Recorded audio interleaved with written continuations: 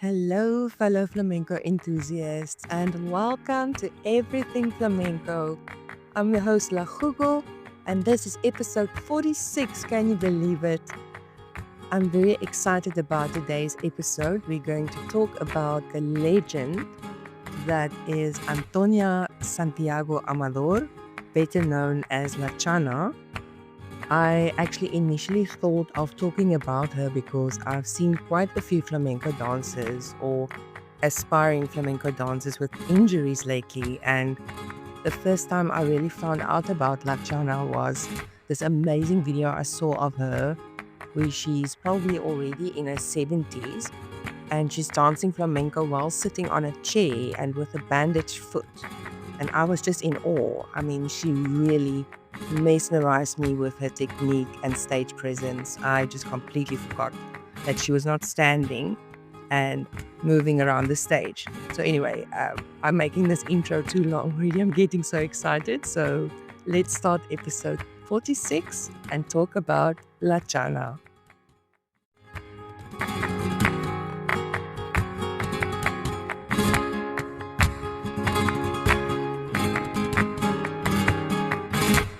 So just linking to what I said in the intro, the video that I spoke about, you can find it on our Instagram page somewhere. I posted it some time ago.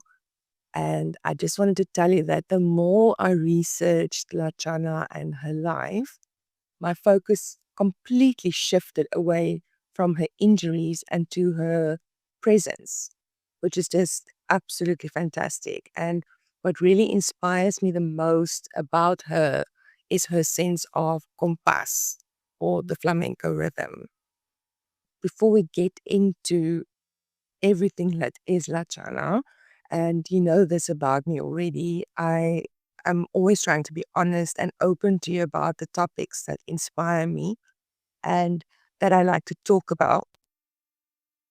Perhaps I should work a bit on my deep dive researching skills, but this was really an extremely tough episode to research. It was so difficult to find the good, solid information on La Chana, except for a few video clips on YouTube and so forth. There's also a page on Instagram, it's not really active since 2023, where you can find snippets of this flamenco legend. I will put the link in the description.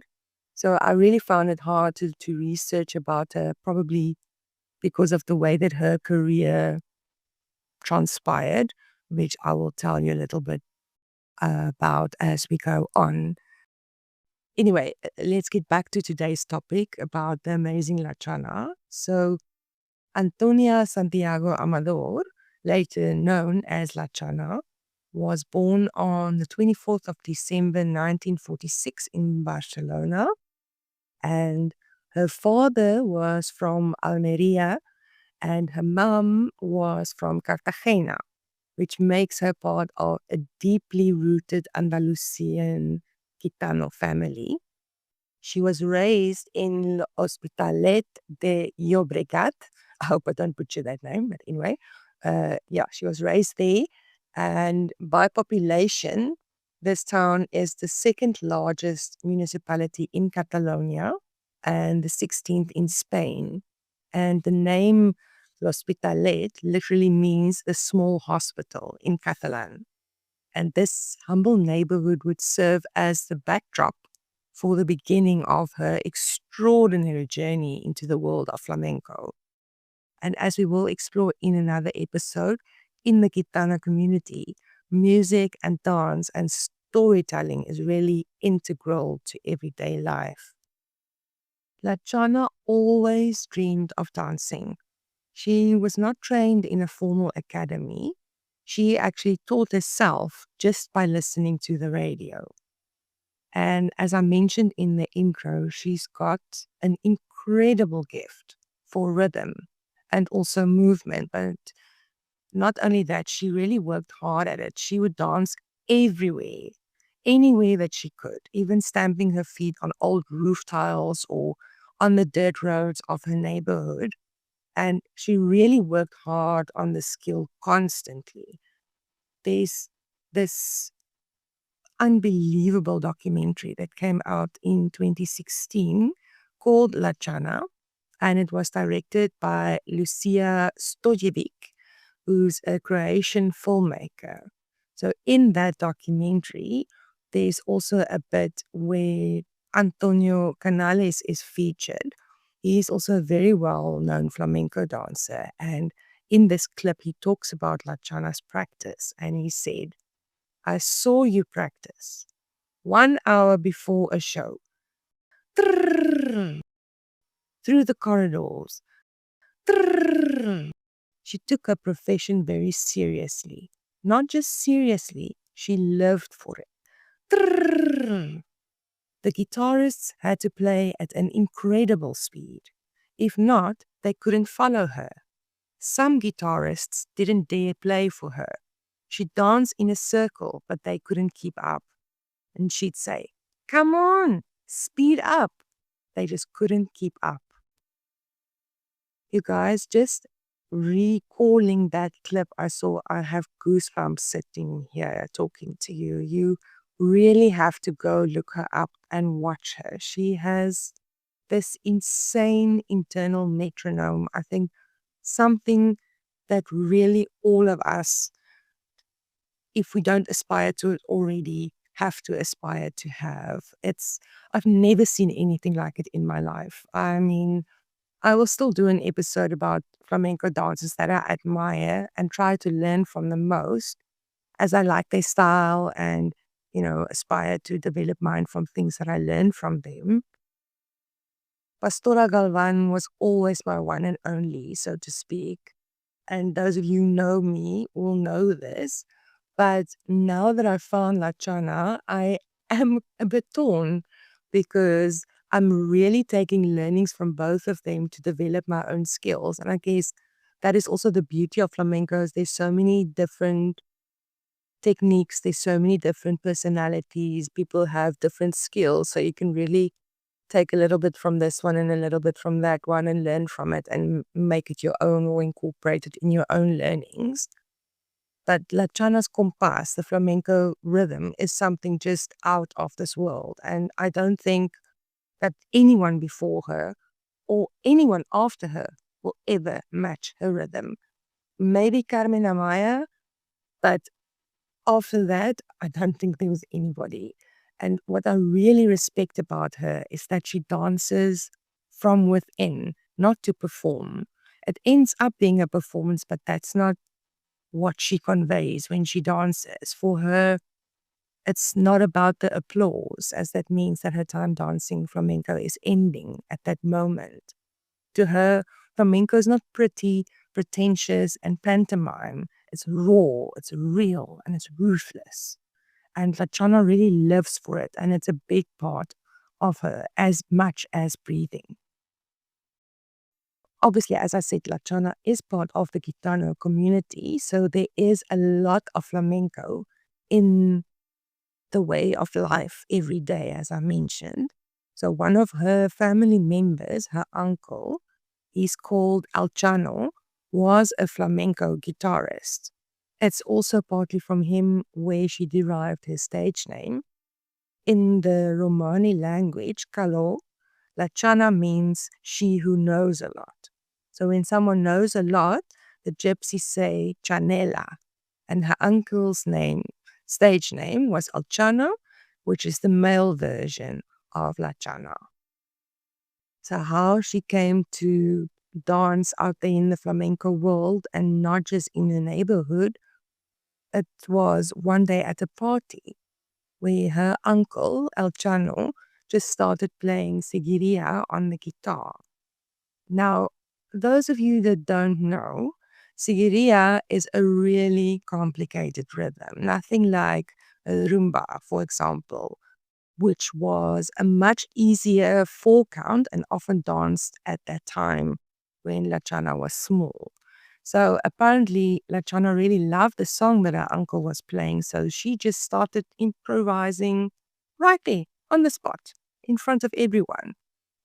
And she really surprised her uncle, but he was also very impressed. And later he wanted to take her to go and perform.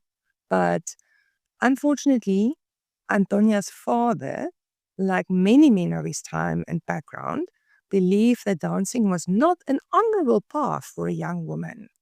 Especially at that time, female artists were deemed to have loose morals and seen as improper. And you can refer back to episode 43, where I read chapter 4 of Carmen, the book by Prosper Mérimée, where the Romani is discussed as dancing forbidden dances. However, La Chana's uncle really believed in her talents and her unmatchable sense of compás. So he just argued with her father and pushed him until he gave in. And as a result, she started performing with her uncle when she was only 15 years old. Because of her amazing talents, word really quickly spread about this amazing young flamenco dancer that had no formal training, yet danced with the intensity and technical precision of a seasoned professional.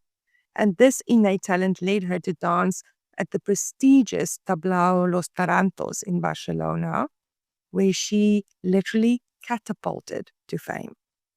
On top of her amazing talent as a dancer, what really made her even more incredible is that every performance was improvised. She didn't believe in rehearsing. She just danced what she was feeling on the spot.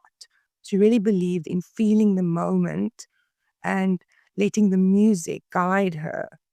And by doing this, she created these insane, breathtaking rhythms right there on the spot. And add to that, her lightning fast footwork, which is all improvised, she was just phenomenal, absolutely phenomenal. And I think that's also maybe why now, even in her 70s, she still mesmerizes people with her dancing. So when she was only 17, a little while before she started dancing at Los Tarantos, she met her first husband, the guitarist Miguel de Leon. She quickly fell pregnant, and at the beginning, the couple's relationship was really filled with lots of love and passion. And Miguel ended up becoming La Chana's manager, and that's when she started dancing at Los Tarantos. So we previously spoke about Salvador Dali's love for flamenco in episode 36 about La Chunga. And in Stoyevik's documentary, La Chana also recalls Dali coming to watch her dance almost every day. He was extremely eccentric, as I think became clear in episode 36 as well. But La Chana tells us about him going to Los Tarantos with his cheetahs or cats or something, wildcats wearing diamond collars, and how she was afraid because she did hard and rapid footwork. And while doing this, the animals would growl at her, obviously not liking the noise. It was during this time that Peter Sellers met her. Many of you might not be familiar with his work. It was quite a long time ago, but Peter Sellers was a British actor and comedian, best known for his incredible versatility and ability to transform into wildly different characters. And one of his best known roles, and also one that I recognize him from, is his portrayal of the bumbling Inspector Clouseau in the Pink Panther series. Sellers was known for his improvisational genius, his sharp wit, and his deep commitment to his roles, often disappearing into his characters. Peter was obviously mesmerized with La Chana, like most people who see her dance, and he asked her to go with him to Italy for a movie, and he even hired the entire Los Tarantos troupe to record part of the film in 1966, and that film was called The Bobo. The Bobo is a British comedy film that starred Peter Sellers as the lead character, Juan Bautista, who's a struggling Spanish singer who arrives in Barcelona seeking fame and fortune. The film was based on the novel The Bobo by David R. Schwartz and follows Juan's comedic misadventures as he tries to win over a wealthy woman while navigating the eccentricities of show business. And one of the film's really standout moments is the flamenco scene featuring La Chana. La Chana's sequence is you guys, y- ah, it's intense. It's really intense and a passionate display of her incredible footwork and emotional expressiveness. And she recalls filming this scene, and it was grueling because she danced for 8 hours a day over 8 consecutive days, giving her all in every take as she always does. And the result is this mesmerizing performance in this movie, showcasing her real raw power, her rhythm, and ability to improvise. Unfortunately, the film was not really a major success, but La Chana stood out so much in the film that it still remains a highlight, and it really played a role in bringing her exceptional talent to a wider audience beyond the flamenco world. You can actually find a clip of that specific performance on YouTube. I'm also going to put the link in the description for you. Peter Sellers was so taken with Lachana's performance in the movie and her general talent that he actually invited her to come with him to Hollywood. But her husband Miguel, by now, was fiercely jealous of her success and he prevented her from going. And again, it came down to the Romani culture where the man is in charge, and you're reminded of when Lachana's father didn't want her to travel with her uncle. So she gave in to her husband, and basically at the peak of her career, she let her dream of Hollywood go. I find it so, so sad. Even though her dreams of Hollywood was shattered, I take a bit of comfort in knowing that she still continued to dance. And she performed at venues like Las Canasteros in Madrid. And she also worked for many years at the Arniche Theatre in Alicante and in Florida Park, Madrid. In 1977, La Chana achieved great popularity when she participated in a program called Esta Noche Fiesta, which means Party Tonight, which was hosted by Jose Maria Inigo. She again improvised as she always does, but this was to perfection in this performance. She delivered a show that was so crazy and mesmerizing and powerful and long that the scheduled evening news had to be delayed. You can watch the full episode with other artists on RTVE's website.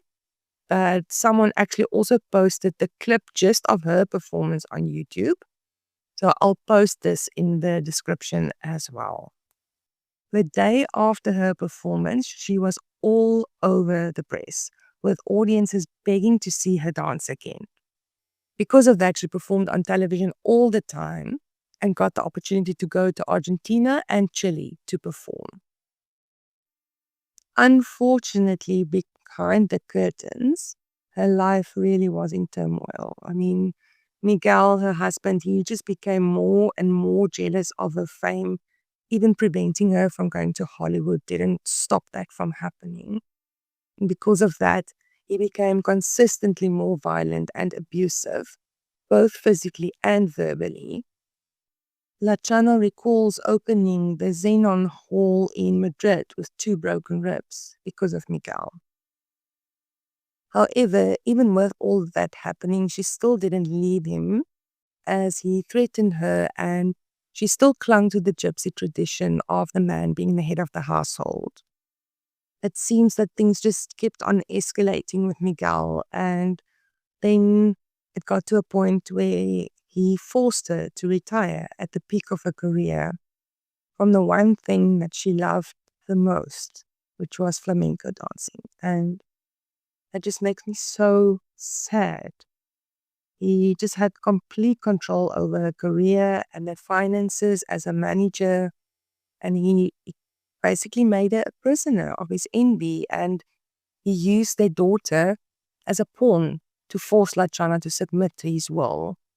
And because of this, she completely disappeared from the public eye, leaving behind the very thing that defined her and that she loved so dearly. Not only did he take away the one thing that was like Chana's driving force, but after making her retire at her summit and abusing her for almost 2 decades, he left her and her daughter, taking all her money and precious possessions. She was left with nothing, just debt, and she had to rebuild her whole life from scratch again while trying to also recover emotionally from this horrible, horrible relationship. However, as with most people, where flamenco really is in their blood, flamenco always stayed part of her. It doesn't matter how long she had to stop dancing because of her abusive husband. So after he left, with the much needed support of others, she unpacked her flamenco dresses and shoes from storage, and she returned to the flamenco world with the La Cumbre Flamenca dance company. I think the name is quite fitting because La Cumbre Flamenca means the summit of flamenco, which I think really was a sign that La Chana's time on stage was not over, even with all the adversities that she faced in the past and still had to overcome. So with this new troupe, she was able to tour internationally, performing across Europe, Latin America, Australia, China, and India. And she just danced as if she never left. And all the passion from her teenage years was still there. Her fire not put out for a long time. And in 1990, La Chana found love again with Felix Comas, who is just a humble fishmonger. And their relationship is a stark contrast to her first marriage. It's really filled with love, respect, and joy. And I think that's such a beautiful thing. And I'm very happy for her that that happened. In Stojevik's documentary, La Chana recalls the start of her relationship with Felix. She said that they were living in a small village where everyone knows each other, and Felix somehow got her phone number. He phoned her to ask her out to dinner, and after 20 continuous yeses, the rest was history. She calls him the king of her house, and he fully supports her love for flamenco, given that she looks after her health, of course. And this time, she stopped dancing again, not because of fear and emotional pain, but for love. However, the stages kept calling her back, and in 2013, despite suffering from severe arthritis and recent abdominal surgery, she said yes to flamenco director Ángel Rojas to make a comeback at Barcelona's Teatro Nacional. Though she could no longer perform standing, she danced while seated, her feet still weaving intricate rhythms that left audiences breathless. And she would still return to performing now and then after that, continuing her fiery footwork. And in 2016, she made a highly emotional and celebrated return to the stage at La Bienal de Flamenco in Seville, which is one of the most prestigious flamenco festivals in the world. La Chana's performance was part of the festival's programming for that year, marking a rare and special appearance after decades away from the spotlight. And this return was also around the time when the documentary came out, which told the story of her life and her career and everything. So unfortunately, you cannot watch the documentary on streaming media in South Africa anymore. I promise. But man, if you can get your hands on it, please watch it. It was life-changing for me. La Chana also made an emotional return to London's Sadler's Wells in 2017, 30 years after her last performance there, really bringing audiences to their feet again, as always, in standing ovations. And flamenco lovers celebrated the return of a legend.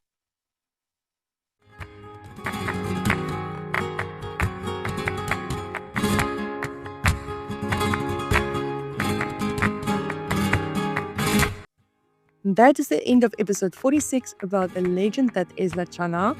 I spoke so much, I guess it's going to be a longer episode than normal, but I really hope that you enjoyed it.